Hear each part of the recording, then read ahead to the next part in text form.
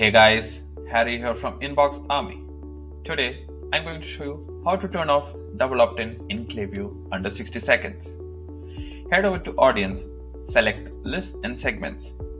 Sort it by list. Select the list where you want the double opt-in to be turned off. Head over to Settings, click on Consent, scroll down to find the opt-in process. Generally, Klaviyo selects double opt-in.